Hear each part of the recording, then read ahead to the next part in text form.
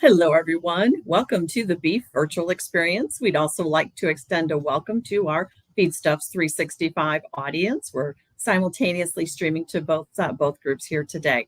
I'm Sarah Muirhead, and back with us today is meteorologist Greg Soulje. Welcome, Greg. Great to have you with us again.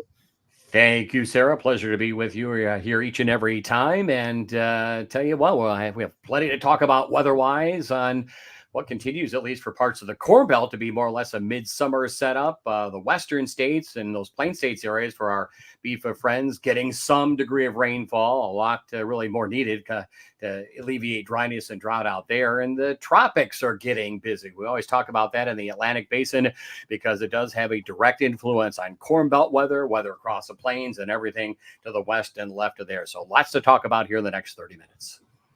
Very good. And for those of you that are joining us, if you'd like to ask Greg some questions, you can post those in the chat there on your screen. So yeah, lots of stuff going on. I know in the Midwest, we're seeing still in the middle of summer, it feels like, right? It's 85 or something. We've got another few days of that, and then we're probably going to temper it down a little bit. And at the same time, we're seeing flooding in Carolinas and Europe and elsewhere. So lots going on. I'm going to kind of have you just kind of give us jump into your presentation and Sure, absolutely. You've kind of hit the nail on the head. Just a wide spectrum of weather, and of course, flooding in the Carolinas, more than a foot in some of those eastern areas, the remnants of at least what was Francine. And again, another influencing factor, the tropics in the Atlantic Basin. Maps and charts that we'll get to here in a brief while are very much leaning towards some pretty impressive tropical systems for the eastern and southeastern states going forward. So we'll touch on that in just a minute. Anyway, a couple of the headlines. We thought we'd start the thing off kind of in this general direction across the Corn Belt. The dry weather, the warmth here as we come to you a little after the noontime hour. Parts of western Illinois and eastern Missouri up around the 90-degree mark, and that 85 to 90-degree heat that you talked about, Sarah, has really pushed the back 40 towards maturity. So combines are rolling from our vantage point and reports from our radio friends down in east central Illinois and western Indiana. About 25% of the Midwest corn, by the way, in Missouri has been harvested. That's well ahead of the usual 5-year average. Some areas through at least Ohio, for example, from our friend Ty Higgins reporting that they basically have wrapped up corn harvest south of I-70 or turned those fields over. They are just so burned out with dryness and drought there. In any event, beans are getting underway across parts of the Midwest, Illinois, leading the pack at about 6% complete there. And there should generally be an advantage here and a push forward on harvest operations across the Corn Belt. Plain states, again, need moisture for those winter wheat fields. We've had some significant rain and a well-defined feature up through Montana. They've had a couple of 2 or 3 inches in spots. That helps out in some of the pasture lands, I'm sure, and maybe a few delays in spring grain harvest northward into the southern Canadian prairie. Otherwise, some scattered showers and thunderstorms in the plains, and they need more moisture to get those winter wheat fields to germinate. We've seen an expanse of dryness and drought in those plain states areas. As we venture into the southern states, again, still some wet weather. What has been really almost a 2.5-week ride from some circulation associated with Francine over the eastern states.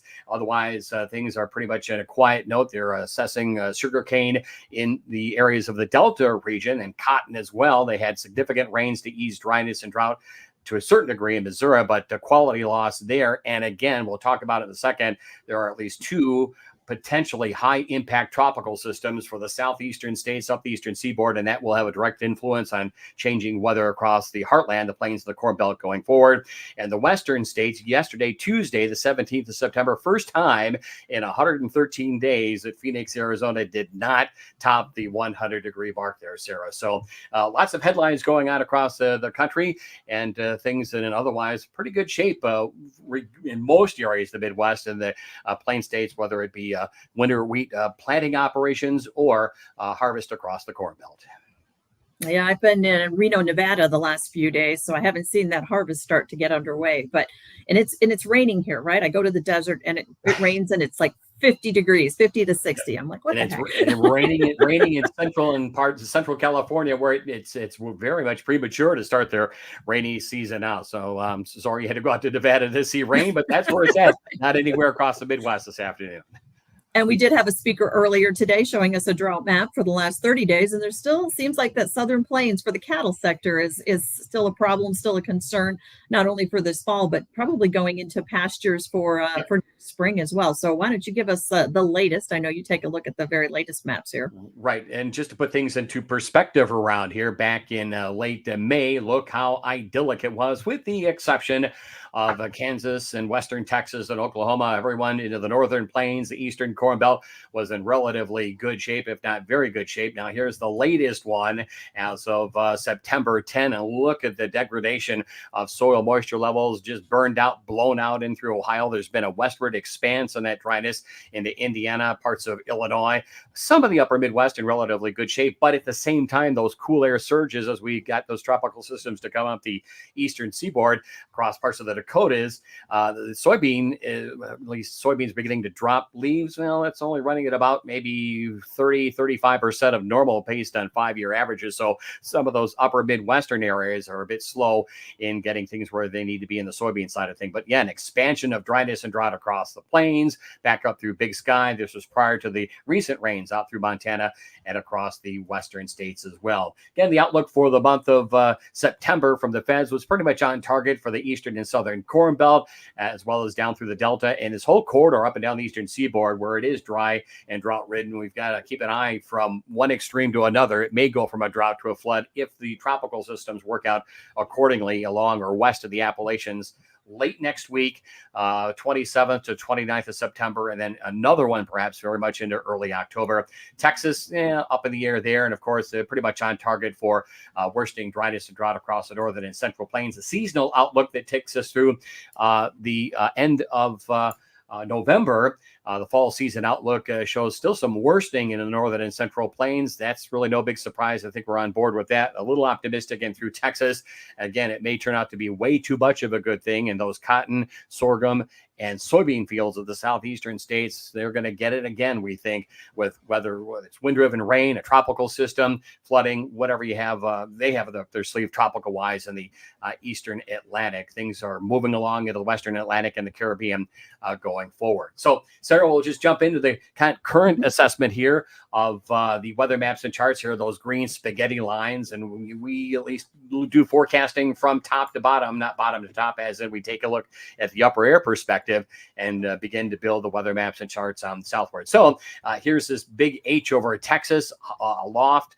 That's hot, high pressure. Folks who work with engines in the equipment shed know that when you compress a gas or the atmosphere, it warms up. So that's been the little mechanism that has generated this fine spell of mid to late, almost summer-like weather in through mid to late September across the Corn Belt. And you can see that little low making its way out of California and right where you're at in Nevada. So the shower activity is promising, not idyllic, but promising for the plain states and western Corn Belt. Yes, there will be harvest delays, but winter wheat fields will get moisture, pasture lands as well, and we're going to bring those temperatures down for those livestock operations across the central and southern plains. So by the 25th of September, that little U-shaped configuration marks a cooler air, some shower activity for the eastern Corn Belt. There's a return of that hot ridge, that H over the southwestern reaches of the country, and that lower Gulf of Mexico area off of what we call the Yucatan Peninsula in the south and western Caribbean. You can see a little low, doesn't look too impressive because up aloft,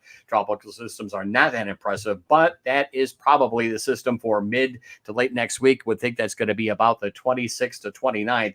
That areas from the Delta on eastward and up the eastern seaboard have to keep an eye on things. And here's the surface weather maps and charts. You can see a couple of frontal boundaries in that low out of the western states, bringing some promise of rain into the plains. There'll be some harvest delays for the western and southern Corn Belt. This will not idle things or put us behind by any stretch of the imagination, but help to settle the dust in some areas, and others may get some significant rainfall, especially over the western Corn Belt and plain states areas. So back out of the tropics here. This is the morning satellite picture as of the 18th. You can see some ill-defined cloudiness off the mid-Atlantic region. Here's one suspicious area, that X, if you will, over the central Atlantic.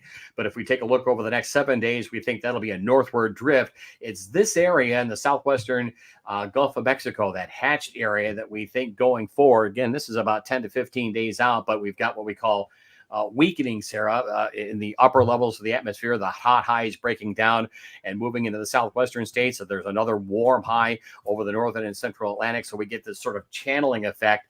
And that is where wind shear drops off and thunderstorms get organized. And that's why we're kind of concerned. And the maps and charts are very much in good consensus, even at this point, on that upper air configuration. And I think the Gulf, the Delta, the southeastern states, and up the eastern seaboard will have to be kept an eye out for here in the next 7 to 10 days and the beginning part of October, just to keep everybody happy. Nothing going on in the tropical Pacific. So that's the way the tropics are shaping up across the hemisphere. And once again, hundreds, if not thousands of miles away, livestock guys in Montana, the Dakotas, the plains are wondering, why are we talking about the tropics in the Atlantic? Well, weather systems tend to just slow up. They stop. There's a tendency for drier weather to materialize. So enjoy these rains while you may here over the next 5 to 7 days over the plains and western Corn Belt.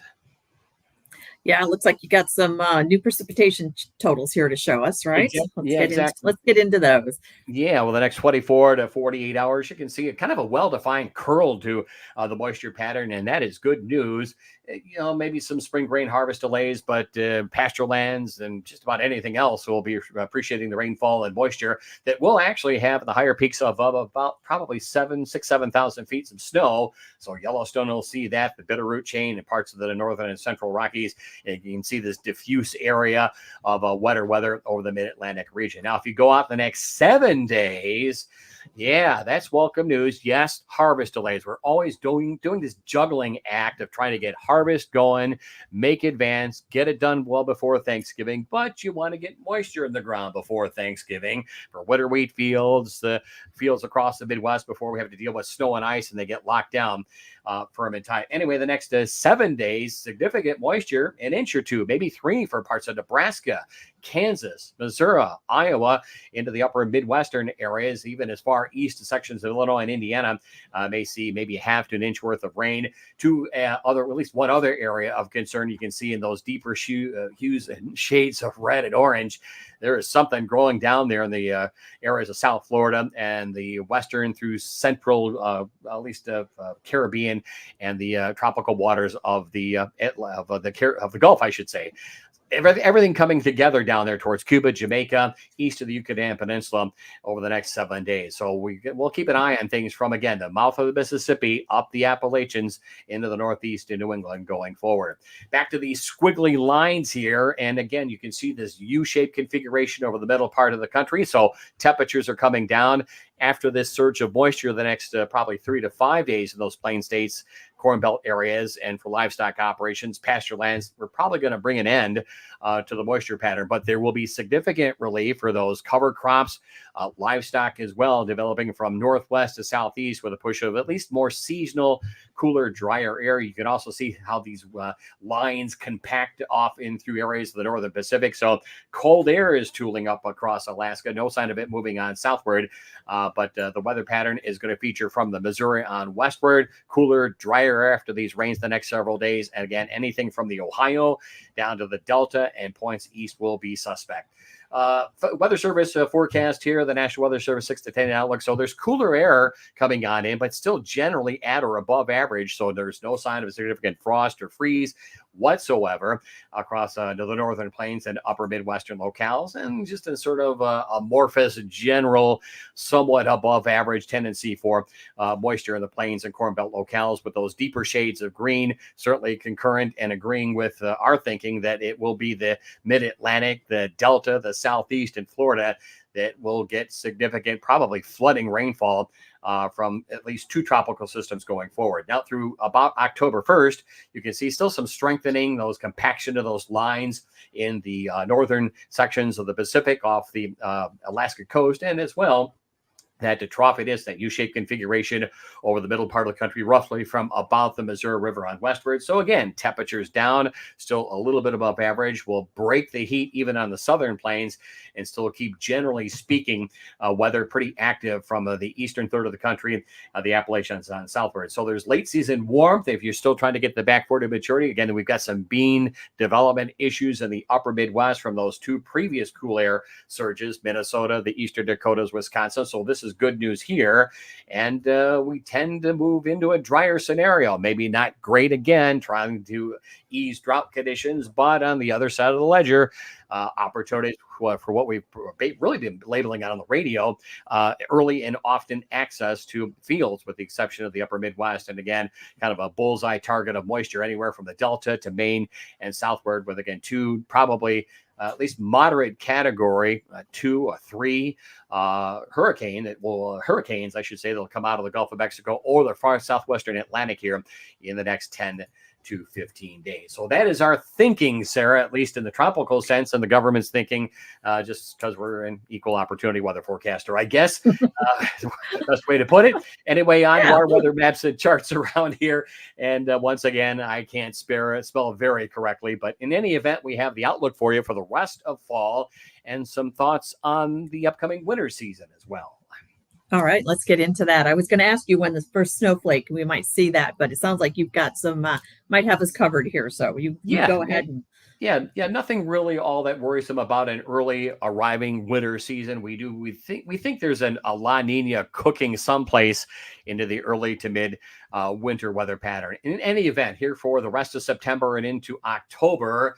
And we put very on here because we think that warmth, that hot dome that's been playing out through the Corn Belt areas will kind of get suppressed to the west and south. So temperatures will still be a bit above average from Nevada back into Texas. And when we talk about variance, what we're going to probably start warm, trend seasonal. And if we get a couple of these tropical systems to come up the eastern seaboard, the likelihood we'll see maybe a few days of somewhat below average readings, especially in the last couple of days of September, beginning part of October. And that will really apply to the Canadian Prairie, the Great Lakes, the Ohio Valley, into the mid-Atlantic region. So warmth continues on. No need for increased at least feed requirements or shelter, or to stoke up the warming operations in those shelter areas for livestock. And no sign of any real substantial early frost or freeze as well for those northern plains areas. So it ought to be really a no-brainer, with except for dealing with ongoing dryness and drought across the key livestock areas of the Dakotas on southward. And there is the tendency as well for below average moisture for the western states back into the northern and central plains. Early harvest, winter wheat fields might struggle still a bit out there, especially in the worst drought areas. And there is at least 2 named features making their way out of the Gulf up somewhere either side of the Appalachians into Maine. And if those do transpire, we will at least get some rain in the southern Corn Belt areas. It will be, folks will say, where were these rains probably 3 months ago in Ohio? But there may be some significant rains there, and probably these all at once type rains where you just bring down a quick inch to 3 inches and then probably take that total and double and triple it into the Carolinas, parts of Florida, up across the Northeast and New England. So cotton is subject, sorghum is subject. I would think there's probably corn harvest going on in the mid-Atlantic region. Just to name a few areas that will get at least 2 high impact storms somewhere between maybe mid next week, would be somewhere around the 25th, 26th to maybe the 5th of October up and down the eastern seaboard. So that said, once we get the tropics to quiet down, at least on their actual movement across the mainland, then we move back into what you typically see when tropics are busy in the Atlantic, but farther offshore, east of Bermuda, south of Bermuda, into the Caribbean. Again, we talk about weather thousands of miles away, but it impacts the Corn Belt and it does impact the plains area. So a quick recovery on temperatures, despite October saying mid to late October, and you ought to be subject to your first frost and freezes. I don't know, it may take until November before we get into that. So the warmth is there, moisture reduction, dry down, evaporative losses, whether it's the plains and especially the Corn Belt locales. Again, winter wheat will have a tendency, at least germination-wise, to probably struggle a bit because we've got this precip pattern that is not very promising. Great for harvest, not great for drought. That's the thing that we juggle this time of the year. So below average moisture for the Corn Belt, much of the plains. We do foresee something trying to make its way off out of the southwestern Caribbean, the Yucatan Peninsula, and make its way up through the Rio Grande. If that happens, it's one of these all or nothing type rains that could going through Texas, but at least it will be moisture. Don't foresee that making any significant progress northward in some of the key major winter wheat areas, nor the plain states or the pasture land areas, except for the Pacific Northwest. This is a typical setup for this point in autumn. Systems into northern California, the Pacific Northwest, up through Big Sky country. So promising moisture there going forward through mid to late parts of October. If we take things farther, late November, or through November, late autumn, this is a little more normalized look on at least the upper air configuration. The pattern is reverting back to something more normalized, but nothing barbaric.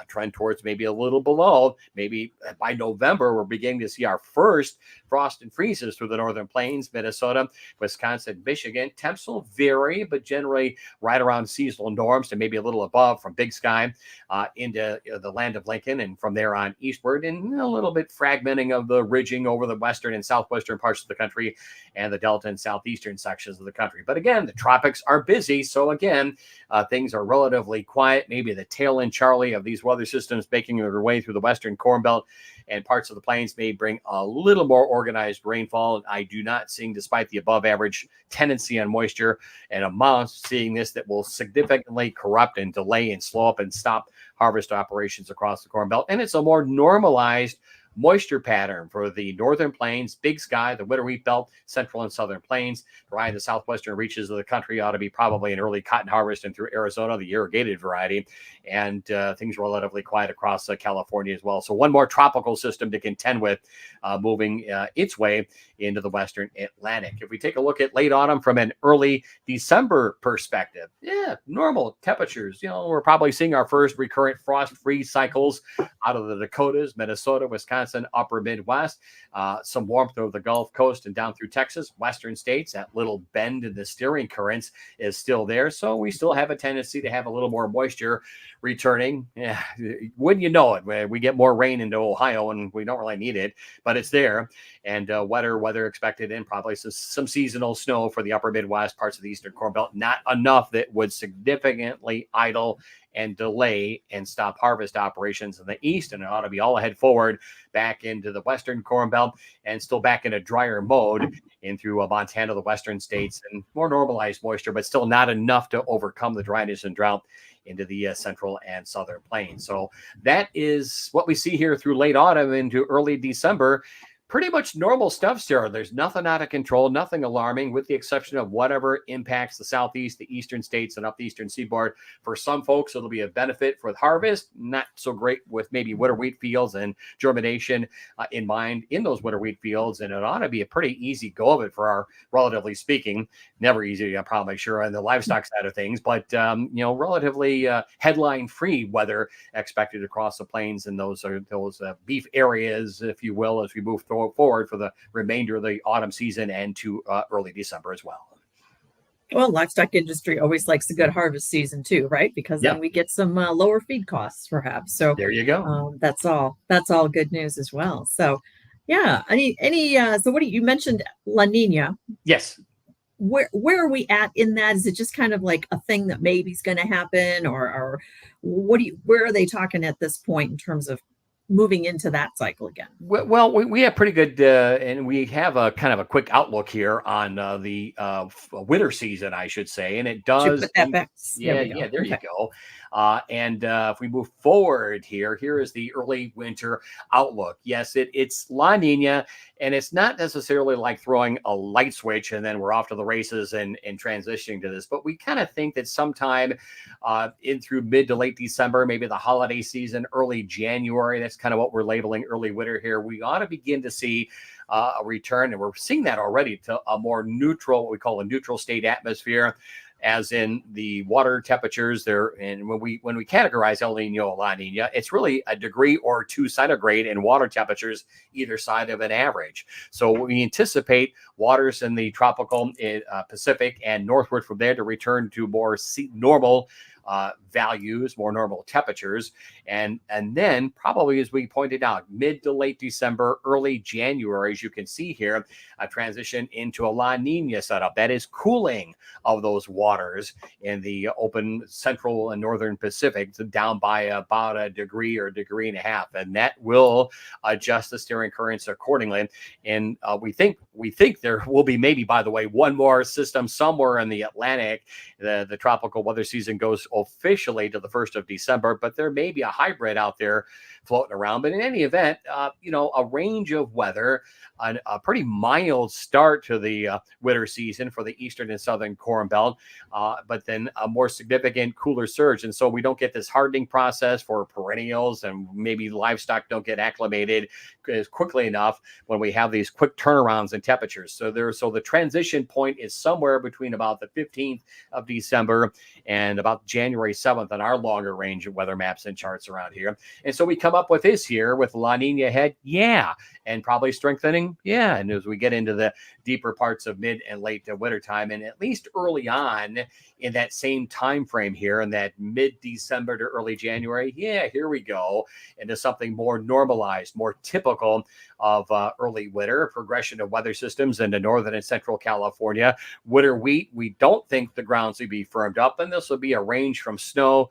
to rain from north to south. But again, with warm grounds, some absorption. Footing may not be the greatest for livestock, but again, it's moisture and finally getting going. If you don't get a harvest wrapped up by Thanksgiving, that's going to be on your plate, not mine, because you have plenty of opportunity. Because going forward from Thanksgiving, and more so in this mid-December, early January mode, propensity for probably what will be rain in the eastern and southern Corn Belt, point southward, a rain over the snow system or two for the northern and western Corn Belt, and probably somewhere in that I-80 corridor northward into the plains, where we transition to snow north and rain down south. So that's the thinking around here, at least taking us to about the 7th to 10th of January. We will, on our next get together, Sarah, in mid-October, and probably somewhere in that time frame as well on This Week in Agribusiness, have the winter outlook that will take us through the rest of January into February and at the beginning part of March, the official winter forecast, if you will, from yours truly. And we'll certainly share what the feds are thinking, and I'm sure there's a host of other forecasts running around out there, but been doing it for too many decades now, but still having fun doing it, mind you. But I think we have a pretty good track record, and you can check with Mr. Armstrong and Samuelson on that. And we'll see what transpires here in mid-October, but we'll have that winter outlook there and on This Week in Agribusiness as well. Right. You can catch Greg every week on This Week in Agribusiness, every Saturday and Sunday over the weekend on RFD TV, and another 120 plus affiliate stations. And of course, we have him here with us on Feedstuffs 365 every month.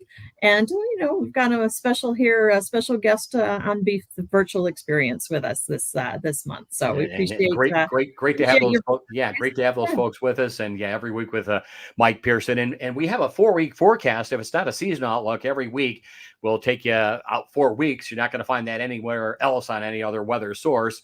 And so we'll be able to amend and adjust this thinking, but pretty confident that it'll be a fairly easy to take fall harvest season for the Midwest. Maybe not a lot of moisture for the plains, but again, easy go of it for livestock operations, then in transition as you would expect by mid-December going forward. But that 4-week forecast is every week on This Week on Agribusiness. And that's why we always like talking to you, Greg, because you look further out. You're not just going to tell us what tomorrow and the next day's weather is going to be. You're taking us long term. Yeah, you can find that stuff you can find that stuff if it's right on your phone. So, but sometimes that's not even right. So, you're not going to find this kind of forecasting really anywhere else, even on the competition. So, we're proud to have this on Farm Progress and Feedstuffs and This Week in Agribusiness. Very good, and it looks like we're pretty much good through the end of the year in terms of nothing too significant in terms of temps or in terms of precipitation, unless you're down in kind of that southeast, and that's always a little unknown with those tropical storms. Well, and for it's really when you can get the upper air configuration And long range forecasters like myself keep an eye on these warm ridges, these hot areas of high pressure. And when they kind of separate themselves, that gives a little channeling effect. And we're seeing just that. So the exact track is certainly not defined, but somewhere from New Orleans to Pittsburgh and points east will be impacted by probably at least 2 tropical systems here over the next 7 to 10 to 14 days. So the headlines will be there, quiet across the plains and the Corn Belt, with the exception of that weather system that comes on through here over the next 3 to 5 days. That'll be it for significant moisture and any semblance of harvest delays across the plains and Corn Belt too.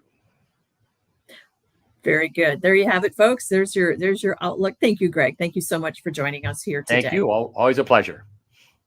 We also want to thank all of you for tuning in, and we want to recognize Elanco Animal Health as our sponsor here today for the virtual beef experience. We hope you all enjoyed today's programming and you picked up a little bit of valuable insight here and there. On behalf of Beef, we want to thank you for joining us. Have a great day.